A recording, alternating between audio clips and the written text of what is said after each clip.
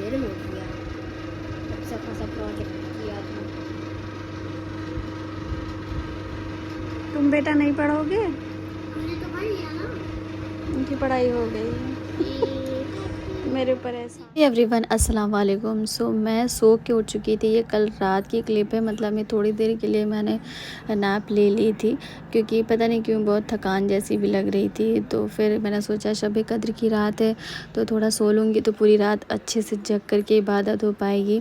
और हाँ, शब कद्र बहुत ही इम्पोर्टेंट और अफजल रात। वैसे तो मोस्टली सभी लोगों को पता होगा, लेकिन फिर भी मैं अपनी तरफ से बता दूं कि इंसान को लगता है कि हम इतने दिनों से मांग रहे हैं, हमें ऊपर वाला नहीं दे रहा है। हम हर रोज़ प्रे कर रहे हैं, हम ये दुआ मांग रहे हैं, हम ये चाहते हैं, हम वो चाहते हैं अपनी ज़िंदगी में। बट हमें कभी भी अल्लाह पाक से निराश नहीं होना, हमें कभी भी अल्लाह पाक से होपलेस नहीं होना है।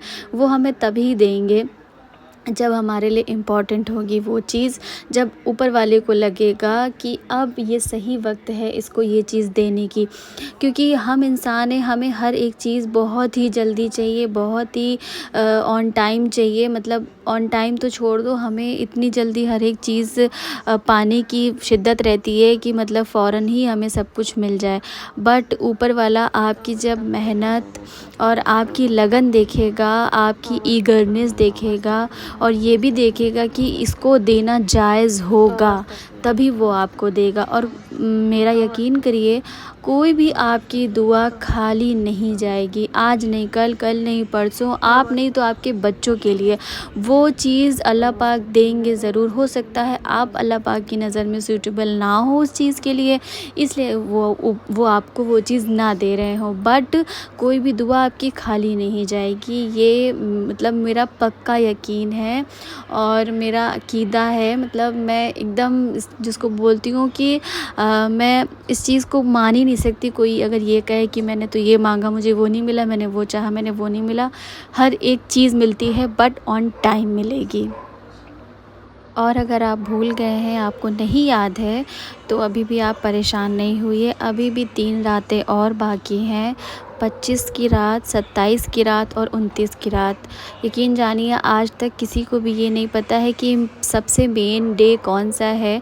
तो इसीलिए 21, 23, 25, 27 और 29 की रात शब कद्र की रात होती है, जिसमें आप अल्लाह पाक से मतलब मैं तो कहूँगी कि ऐसे मांगो कि जैसे किसी ने ना मांगा हो, ताकि अल्लाह पाक आपको दे ही दे।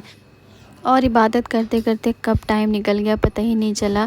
तो फिर हो चुका था सहरी का टाइम, तो हम आ गए अपनी मेन डेस्टिनेशन पे सहरी बनाने के लिए। और आज सहरी कुछ चेंज हो चुकी थी क्योंकि बच्चे वही फ्राइड राइस और कॉफ़ी ले करके और बड़े सेम वही चीज़ मतलब शेक वगैरह लस्सी वगैरह लेके थोड़ा सा बोर हो चुके थे। तो सब ने कहा कि आज ऑमलेट ब्रेड और बच्चों ने तो सबसे बड़ा टास्क दे दिया था। सब ने कहा कि उन्हें आलू के पराठे खाने।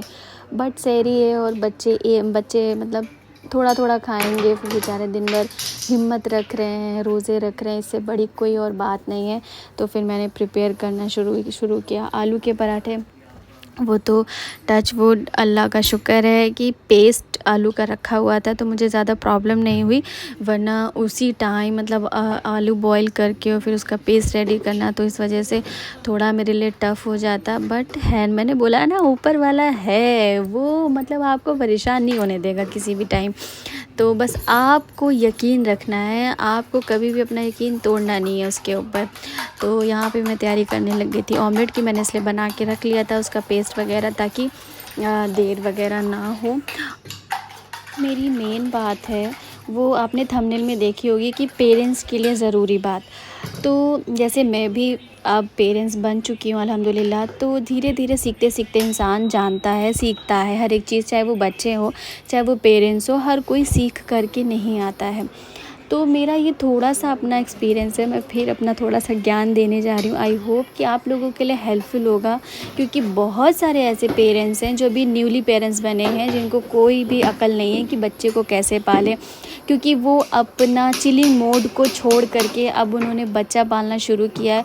हाँ, जिनके इन लॉज़ होते हैं उन्हें काफ़ी हेल्प मिलती है काफ़ी हेल्प मिलती है कि बच्चों को कैसे ग्रोन अप करें। बट जो लोग न्यूक्लियर फैमिली में रहते हैं, अलग रहते हैं, जो हो सकता है दूर रहते हों, यहाँ ना रहते हों, तो उनके लिए बड़ी प्रॉब्लम होती है कि हम बच्चे को कैसे पालें। बच्चा चिड़चिड़ा हो रहा है, बच्चा ज़िद्दी हो रहा है, बच्चा अपनी ज़िद करवा रहा है, फिर पेरेंट्स उसमें इतना ज़्यादा फ्रस्ट्रेट और गुस्से वाले होते चले जाते हैं कि कभी हाथ भी उठ जाता है। फिर बच्चा और हमसे गुस्सा और नाराज़गी करने लग जाता है कि मेरे पेरेंट्स तो मेरी बात ही नहीं सुनते हैं, ब्ला ब्ला, ऐसा होने लगता है। मेरे साथ भी ऐसा हुआ है, क्योंकि मैं भी गुस्सा हो जाया करती थी, क्योंकि होता है ना जिसको बोलते हैं चिड़चिड़ापन आने लग जाता है जब बच्चे नहीं सुनते। हमें लगता है हमने ये बोल दिया, बच्चा फ़ौरन कर ले। पर आपको ये सोचना है कि बच्चा हमसे ज़्यादा छोटा है और वो हमसे ज़्यादा चिड़चिड़ा, हमसे ज़्यादा ज़िद्दी है, क्योंकि उसे पता ही नहीं है कि मेरे लिए क्या बेनिफिट है और क्या ख़राब चीज़ है। हमारा फ़र्ज़ है कि हम उसे समझाएं।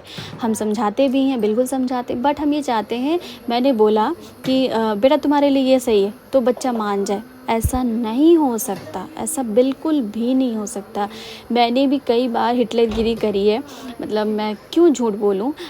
मुझे भी लगता था, मैंने बोल दिया ये तुम्हारे लिए सही नहीं है, तुम्हें ये पढ़ना है, तो बच्चा मजबूरी में तो सर हिला देगा कि हाँ मम्मा पापा कह रहे हैं तो हमें उनकी बात माननी है। बट उसके अंदर की बात क्या है वो हमें नहीं पता है। तो कई लोगों को आपने सुना होगा, देखा होगा कि वो कहते हैं कि मेरा बच्चा तो सुबह उठ जाता है, फिर उसका ये टाइम शेड्यूल है, फिर वो कुछ एक्टिविटी करता है या करती है, फिर उसके बाद वो स्कूल जाती है या जाता है, फिर उसके बाद आने के बाद अपना रेस्ट किया, ये किया, फिर उसके बाद फिर अपने होमवर्क में लग जाता है। मतलब जिसको बोलते हैं कि वेल मेंटेन्ड उसका टाइम टेबल बना हुआ है, जिसमें कोई भी किसी का भी हस्तक्षेप नहीं है। वो अपना ऐसे करेगा काम जैसे कि लगेगा कि वो कोई बच्चा नहीं है, कोई बड़ा है जिसको अपना एम लक्ष्य अभी से पता है। But somehow in other hand ऐसा नहीं होता है। ज़्यादातर केसेस में ऐसा नहीं होता है कि बच्चों को अपनी हर एक चीज़ के बारे में पता हो कि मेरे लिए क्या बेटर है, मेरे लिए क्या सही है। तो वो उन पेरेंट्स के बच्चे होते हैं जिनके बच्चों का पूरा शेड्यूल, हर एक चीज़ सही से रहता है। वो अपने पेरेंट्स को ही देख के सीखते हैं, उनको कोई और आके नहीं सिखाता है। सपोज़ हम बैठ के मोबाइल चला रहे हैं या हम बैठ के टीवी चला रहे हैं, ठीक, और बच्चे से हमने कह दिया पढ़ो बैठ करके, तुम मैथ लगाओ या तुम इंग्लिश पढ़ो या तुम हिंदी पढ़ो या तुम ट्यूशन का काम करो या जो मैम ने होमवर्क दिया है वो तुम करो। ये मेरे साथ पहले होता था। मैं मोबाइल चला रही हूँ या मैं अपना मतलब कुछ भी अपना एडिटिंग या मतलब कुछ भी अपना काम कर रही हूँ, फिर मैं उसके बाद कह देती थी तुम अपना काम करो, और क्या किया कि काम हो गया दिखाओ मुझे। तो आप खुद सोचो, वो बच्चा मतलब जिसको खुद एंटरटेन होना है, जिसकी खेलने की उम्र है, उसके ऊपर पहली चीज़ तो हम बर्डन लाद रहे हैं। अब ज़माने को देखते हुए हमें बर्डन तो लादना ही पड़ेगा, क्योंकि कंपटीशन इतना हाई हो रहा है, बच्चे इतने आगे बढ़ रहे हैं। हम चलेंगे उसको अभी जो है एकदम लाड़ प्यार से ही रखेंगे तो हमारा बच्चा ऑलरेडी पीछे हो जाएगा ज़माने के हिसाब से।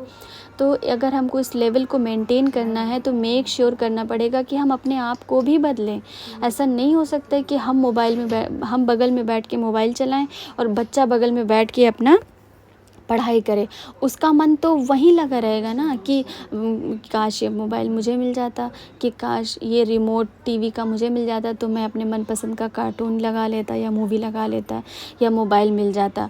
बच्चे की इच्छा आप चला रहे हो और आपकी इच्छा बच्चा पूरी कर रहा है, ऐसे कैसे पॉसिबल है? ऐसा पॉसिबल नहीं है। इसीलिए बच्चे एंगर होते चले जाते हैं, बच्चे ज़िद्दी होते चले जाते हैं, बच्चे सोचते हैं कि पढ़ूँ चाहे ना पढ़ूँ मेरा कोई नुकसान नहीं होना है।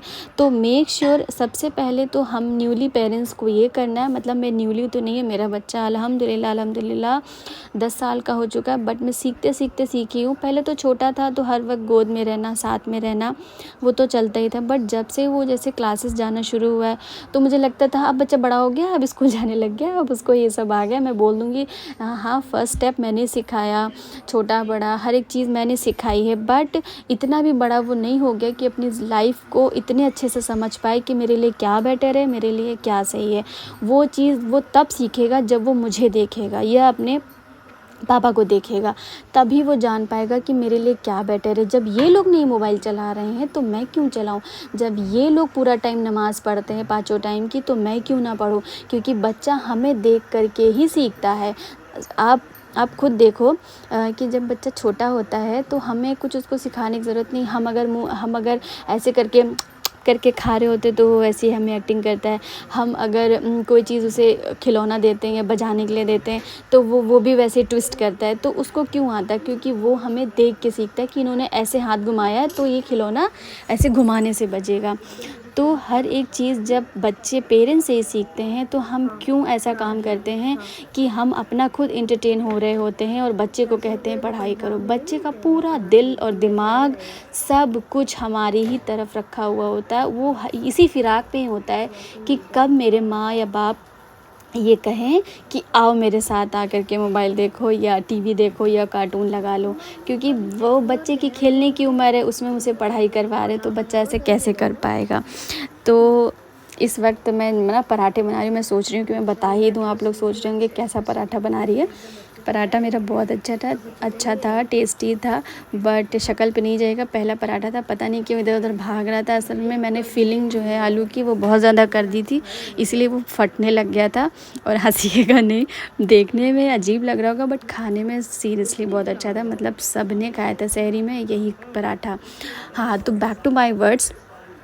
तो पहले हमें मेक श्योर ये करना है कि हमें खुद को बदलना है, तब हम अपने बच्चे को बदल पाएंगे, अपने जैसा ढाल पाएंगे जैसा हम उसे चाहते हैं। जब वो हमें नमाज़ पढ़ते देखेगा या हमें पूजा करते देखेगा तो ही हमें वो जान पाएगा कि क्या इनके लिए बेटर है।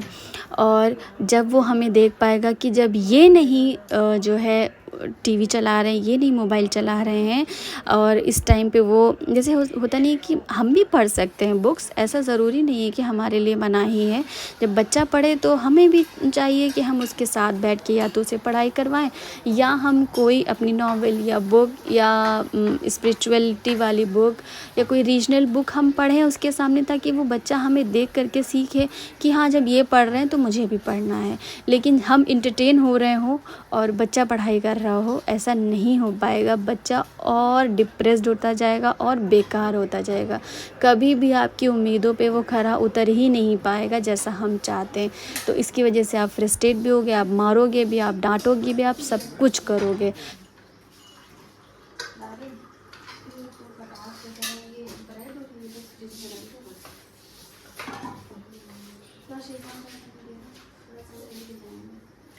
और बातें करते करते सहरी का टाइम ख़त्म हो गया। मेरा मतलब है कि मैं आपको ज्ञान देती रह गई। मैं कुछ ज़्यादा ही आजकल ज्ञानी हो चुकी हूँ, पता नहीं क्यों मेरे अंदर ज्ञान उमड़ के आ रहा है। तो मैं सोचती हूँ कि आप लोगों को बता दूँ। तो यहाँ पे मतलब सहरी का टाइम अब हम लोग का ख़त्म भी होने वाला था, तो मैंने सोचा अब चलो अपनी भी पेट पूजा कर लेते हैं। तो यहाँ पे सब चीज़ें रेडी करने के बाद फिर मैं इत्मीनान से बैठ के अपनी सहरी करी, क्योंकि मैं लास्ट में ही सबसे करती हूँ। हे एवरीवन, वेलकम और welcome back to my channel. So आप सबका मेरे चैनल पे स्वागत है। और आज है 23वां रोज़ा। सो अब हो चुकी है ज़ोहर की नमाज़ वगैरह, और इस वक्त जो मौसम हो रहा है ना वो थोड़ा क्या स्प्रिंग का मौसम हो रहा है। मतलब जो पत्ते हैं वो पेड़ों से टूट के गिर रहे हैं। सो हर एक जो हमारा मौसम है, हर एक जो हमारा चीज़ है वो किसी न किसी चीज़ से कनेक्ट है। मतलब स्प्रिंग ये स्टैंड करता है कि अगर पेड़ से पत्ते गिर के नए उग सकते हैं तो हमारी ज़िंदगियों में भी हर एक चीज़ का टाइम मुकर्रर है। आपकी ज़िंदगियों में भी खुशियाँ वापस आएंगी अगर गम में हैं आप तो, क्योंकि ये ज़िंदगी है। हर एक चीज़ नश्वर है, हर एक चीज़ का यहाँ से जाना तय है। तो इसलिए आपको परेशान नहीं होना है, बस थोड़ा सा अपने आप पे यकीन रखना है और ऊपर वाले पे भरोसा रखना है कि अगर मेरे साथ कुछ बुरा हुआ है तो कल को अच्छा भी होगा, क्योंकि ये ज़िंदगी है। अगर पेड़ों के पत्ते गिर करके नए वापस आ सकते हैं तो हमारी ज़िंदगियों में भी खुशियाँ क्यों नहीं वापस आ सकती है। जिस तरीके से आप ये देख सकते हैं, ये सारी के सारे नए पत्ते निकल रहे हैं। मेरा ये वाला पौधा पूरी तरीके से डिस्ट्रॉय हो चुका था, क्योंकि मतलब इसका होता है टाइम पीरियड ख़त्म हो चुका था। बट अब स्प्रिंग आया है, इसके सारे पत्ते जा चुके थे और अब इसमें नए पत्ते निकलना शुरू हुए हैं। तो इसी तरीके से हमारी लाइफ है कि हम सोचते हैं हमें इस टाइम पे ये मिल जाए, हमें इस टाइम पे वो मिल जाए, बट ऐसा पॉसिबल नहीं है। जब वो चाहेगा तभी होगा।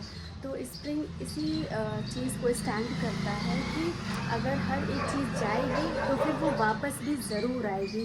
बस हमें यकीन रखना है, हमें अपना मोराल डाउन नहीं करना है, हमें परेशान नहीं होना है, हमें कोई ऐसा अटेम्प्ट नहीं करना है जिससे कि हम परेशान हों। सो बाबा जी की जो है वो ज्ञान अब ख़त्म होता है। चलिए चलते हैं अपने किचन में, तो जिससे पहले की देर हो जाए। आज चलिए आपको अपना OOTD भी दिखा दे। So this is my OOTD outfit of the day. So ये मेरा प्योर कॉटन का सूट है और जो कि मेरा पर्सनल फेवरेट है। इसके मैंने पहले बहुत सारी रील्स भी डाली हुई हैं। और चलिए चलते हैं अपने किचन में। Live from kitchen.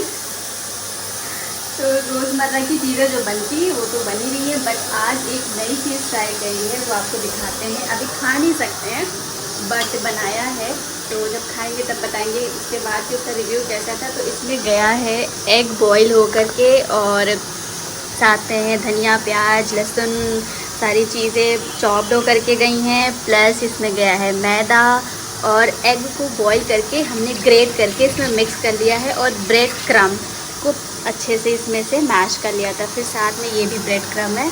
तो पहले हमें इस तरीके का इसका पेड़ा बनाना है, फिर इसमें इसको डिप करना है, फिर इस तरीके से इसको फ्राई करना है, फिर इस तरीके से ये कुछ बनके तैयार होंगे आपके एग कटलेट, जो कि देखने में तो बहुत अच्छे हैं, खाने में कैसे वो आपको हम बाद में बताएंगे। लेबर का लड़का लग रहा है। ये देखो इसके बाल किस कदर गंदे हो रखे हैं। ये सब लोग कहाँ गए थे? कुछ चीज़ें हमने बाहर से भी मंगवाई हैं, क्योंकि अब रमज़ान जा रहा है, तो कुछ यहाँ से भी चीज़ें आ जाए, वरना फिर तो 11 महीने बस याद ही रह जाएगी। तो आज हमने मंगवाया है ये ब्रेड पकौड़े, और ये है क्या है, हाँ ये शायद गुजिया है, और ये है कीमे के समोसे। तो माशाल्लाह इतने सारे चीज़ें हो करके हमारी पूरी आज की इफ्तारी कंप्लीट हो जाएगी, मतलब पूरा दस्तरखान अच्छे से भर जाएगा अल्हम्दुलिल्लाह। यहाँ पे ना मैंने इससे कहा कि मैंने रिकॉर्डिंग स्टार्ट कर दी है, थोड़ा अच्छे से बैठो, क्योंकि ये बहुत थका हुआ था। मैं इसको नींद में उठा करके लाई थी कि चलो इफ्तारी लगानी है। तो जब इसने देखा कि हाँ रिकॉर्डिंग स्टार्ट हो गई, तो बेचारा ये थोड़ा एक्टिव मोड में आया। कभी कभी तो मैं भी ना जुल्म बहुत कर देती हूँ। असल में ये स्कूल जा रहा है, और अब इसका मतलब टाइमिंग जो है वो काफ़ी बढ़ चुका है, वो 2 बजे आता है। तो मैंने तो कह भी रखा है कि अगर मन करे तो रोज़ा तोड़ देना, बट वो कह रहा है कि नहीं, अब इतने कम टाइम बचा है, तो अब आप मुझे रोज़े रखने दीजिए, सारे रखने दीजिए। और मैं तो कभी कभी ऐसा कर देती हूँ ना कि मतलब मुझे खुद बाद में फ़ील होता है कि मैंने क्या किया। मैं इसका माउथ चेक करती हूँ कि इसने पानी तो नहीं पिया है, क्योंकि खाया पिया मुँह और फाँका रखा हुआ मुँह मतलब सब कुछ बयां कर देता है। बट कभी कभी मैं कर देती हूँ ऐसा, क्योंकि मैं नहीं चाहती कि मेरी एक लापरवाही से ये कोई गलती करे, फिर ये दिलेर होता चला जाए और इसका अज़ाला हमें भुगतना पड़े। क्योंकि गलती तो बच्चे करेंगे, लेकिन हमारा एज अ पेरेंट्स ये फ़र्ज़ है कि हम उन्हें गलती करने से रोकें।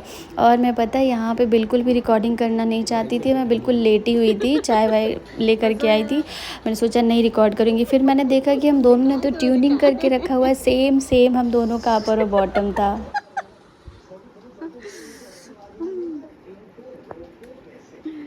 Same but different. और बस इसी तरीके से हमारा अल्हम्दुलिल्लाह 23वां रोज़ा भी कंप्लीट हुआ।